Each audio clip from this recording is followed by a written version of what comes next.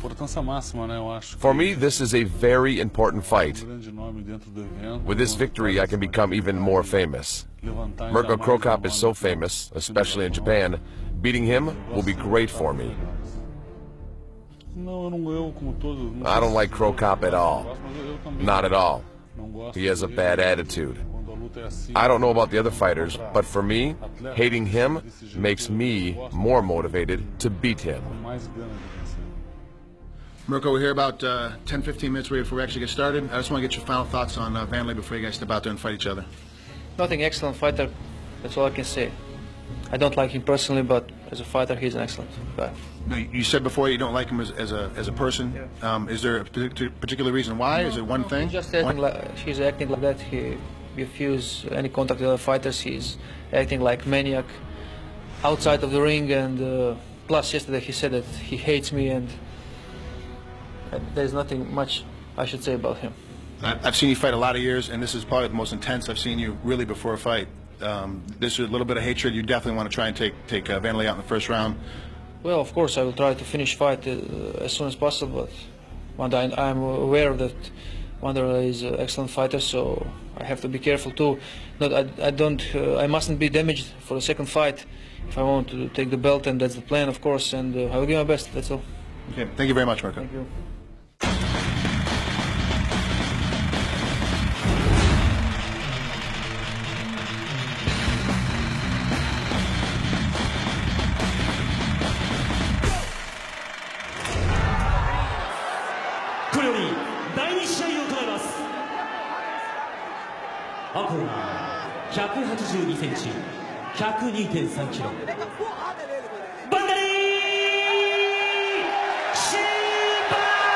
Wanderlei Silva is 35'11", 225 pounds, 22, 2-1 and 1 no contest in pride.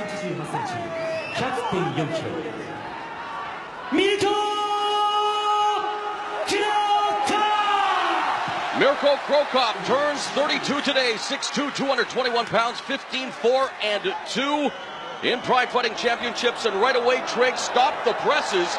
The world middleweight champion comes into this open weight semifinal bout 4 pounds heavier than Mirko Cro Cop. Is that going to affect Silva's notoriously renowned conditioning?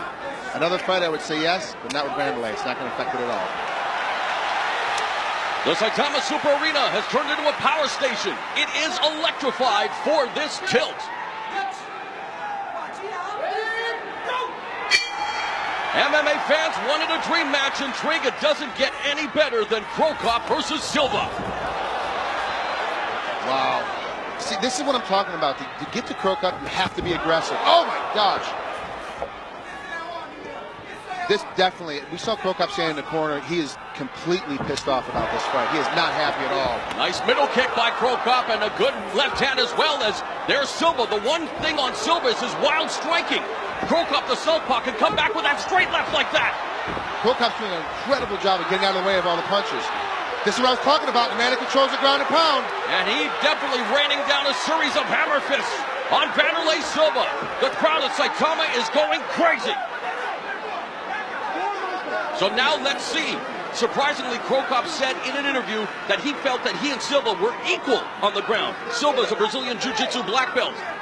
Cro Cop, of course, is trained by world Brazilian Jiu-Jitsu champion Fabricio Verdun. Now remember, we're talking about a Brazilian Jiu-Jitsu black belt. That's with a gi on. This is an MMA fight. We all know that Wanderlei is great on the ground, but it's about being in no gi, being able to punch and kick. As I say that, nice up kick. He was maneuvering for the armbar, and they are back on their feet. Were you surprised that Cro Cop was able to take Silva down so early? No, because the way he does his wild punching, you can see Silva's got. Oh no! He got dropped! He got dropped! Straight left hand put him right to the canvas. We just talked about it. Silva's unorthodox striking techniques, the wide punches, and Cro Cop tagged him with a straight left. You can see that Silva's right eye is starting to swell up, and that's from the left hand that he hit earlier before he put him down. One thing about Silva, an amazing ability to recover rapidly when hurt in a fight. He'll have to really recover here if he wants to win this fight. I like the way Cro Cop's being patient on top. He's not trying to burn himself out. He's picking his punches, he's picking his position.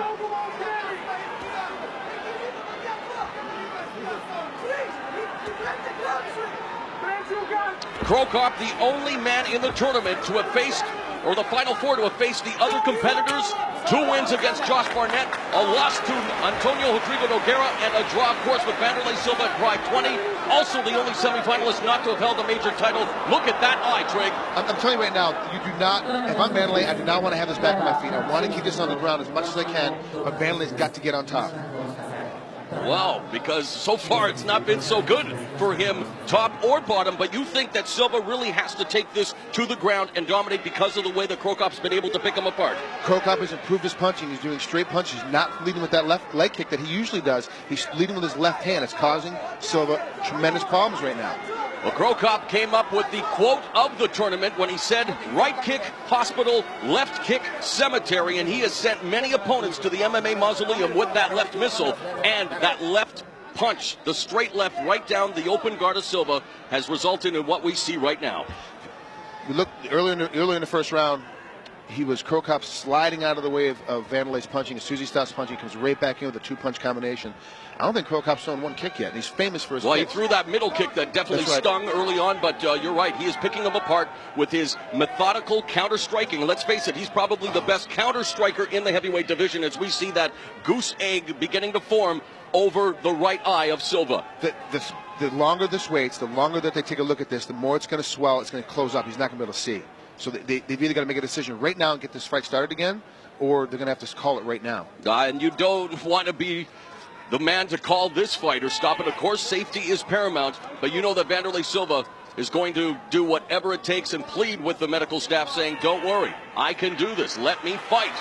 And the crowd obviously rallying behind Wanderlei Silva as they want to continue to see this battle. Look at Mirko Krokop. You can see the look in his eyes. Let's get this thing going. Unbelievable action to kick off the semifinal matchup between Mirko Krokop and Wanderlei Silva. You can see Silva pleading. Yeah, he's pleading with him.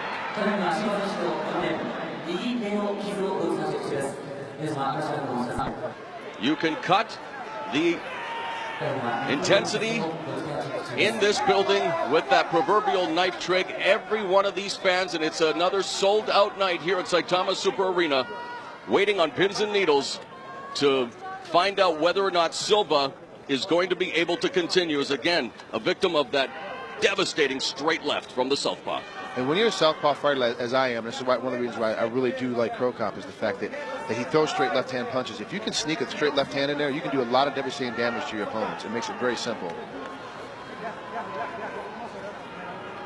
It looks, now, mind you, I'm not in the corner. I can't necessarily, read his lips either, but it looks like to me that he's really... The body language. Yeah, we really got to start this fight again. He's bleeding. There we go. But, again, vision is paramount, is everything. Mirko Krokop now walking over. And, of course, Krokop now is telling the referee we're going to start from the same position, right? Well, you know who is the more popular of the two fighters. Wanderlei Silva getting an incredible reaction from the crowd. And Mirko Krokop, though, continues. And look at Silva now. You see the desperation, Trig. Wildly striking from the bottom. He's got to use his legs a little bit more. He's not using his legs on Krokop. See how he's just kind of limply have his legs wrapped around Krokop's body. He's got to use them to his advantage. If he brings his legs high like he's trying to do right now, he'll tie Krokop's arms up so he can't swing back. Krokop, of course, trying to control from the guard there. Silva, again, very active on the bottom, trying to maneuver for a possible armbar again, trying to grip the wrists of Krokop. What does Krokop have to do here, though, Trig, as Silva right now fighting for his life in this tournament? Right now what Krokop's doing is head down. It's not a great striking position. We all know that Krokop's a great striker. He needs to posture up, sit up, get position, get distance between him and Wanderlei so he can throw the straight left straight down to the body, straight down to the head. Being in this position and restarting from this position, doesn't it, in a sense, help Silva a bit recover? Because right now we're seeing Krokop not able to continue to exploit that injury over the right eye. If I were Krokop, I would have hoped for this to start back up on my feet. I'm a little bit, and I've been known to be a little bit of an aggressive fighter, and right now if I'm Krokop, I'm throwing to the right eye, and I'm trying to close it up like you said.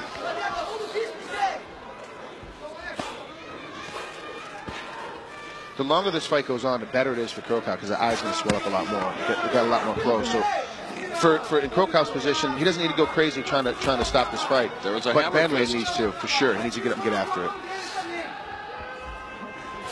Now in the open guard there, now back to a closed guard, but Silva in a world of trouble here thanks to an early sublime straight left. You see the evidence of that left on the screen there. The right eye of Wanderlei Silva. Mirko Krokop trying to pepper him with hammer fists, but Silva really right now just wants to keep Krokop close to him. It's not like he's totally defensive right now. Yeah, absolutely. You talked about his recovery time earlier. He's completely recovered right now, but it's just smart for him. For him to be in this position, it makes a lot of sense for him to stay here. Not going to take much more damage. You can do little peppering shots to Krokop as he's on his back.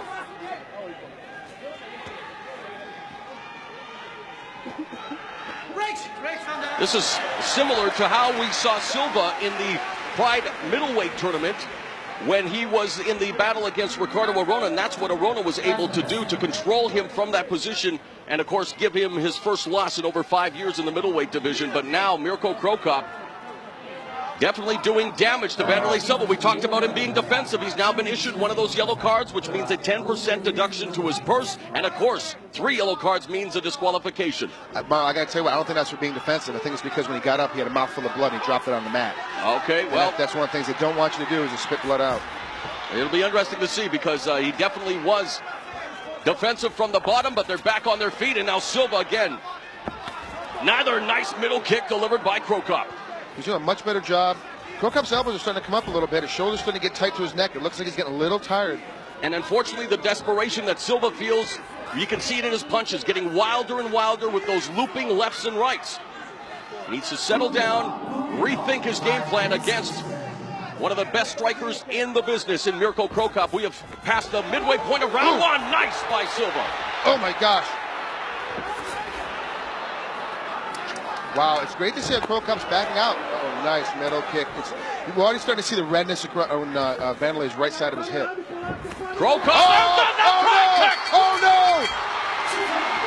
We told you the left high kick has sent many opponents to the MMA mausoleum. Add Wanderlei Silva to the list. Mirko Krokop is on his way to the final. I can't believe that. He threw one head-high left kick, and that was it, and put Wanderlei down. He did a great job of picking his spots, picking his position, used his hands to set everything up. Wanderlei wasn't even looking for the leg kick anymore because he never threw one head kick, and when he finally threw it, it connected, ended the fight. At 5 minutes and 22 seconds of the opening round, Mirko Krokop has KO'd Wanderlei Silva. Let's take a look one more time at one of the most shocking KOs in Pride history. He set it up tremendously by throwing a right jab. He finally, I've said this before, and I'm taking a lot of flack from you, Marl. These guys got to throw a lot more jabs. He threw a jab early, took a half step back, took a half step forward, and threw that leg kick and caught Wanderlei right in the top of the head. Considering who his opponent was tonight, would you agree that this is the most dominant we have ever seen Mirko Krokop in Pride Fighting Championships? The way that he was able to just dismantle the Pride World Middleweight Champion, and people can say, yeah, but Silva's a smaller fighter. Tonight, he came in 4 pounds heavier than Krokop. Now, in hindsight, do you think the added weight added to what happened here tonight? No, not at all. It had nothing to do with the added weight. It was the fact that Krokop was using his hands better. He was using straight, traditional Queensberry rule style boxing. It was straight punches. Wanderlei was throwing looping punches. If you want to beat a guy like Mirko, who's a little bit taller than you, a little bit longer, you have to use straight punches. Wanderlei was using hooking punches. He got caught up in the inside. He just got cracked. Trig, it's so easy to play armchair quarterback.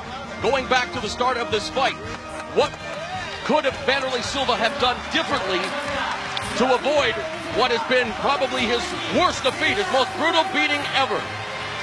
You know, I think just because that the way Wanderlei chose to fight him with his looping punches and being super aggressive in the beginning, he should have tried to take Krokop down to the ground and end up on top instead of spending so much time on the bottom. Now my question for you, Marlo, is that you think he's going to be ready to fight in November? Time will tell, because you're right. The UFC has called out Wanderlei Silva to fight their light heavyweight champion, Chuck Liddell.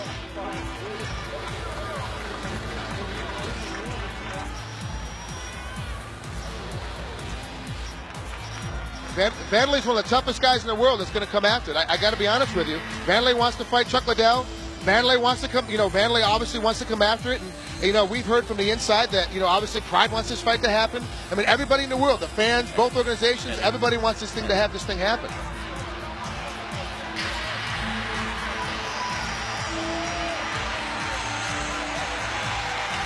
You got to remember, Wanderlei is a middleweight, a 205-pounder that stepped in to fight heavyweights. He made the semifinals of an open-weight tournament, being the only middleweight left. He did a great job, and losing to a guy like Krokop, it's incredible. I mean, there's no problem with him losing like this because he did such a great job against such a great opponent.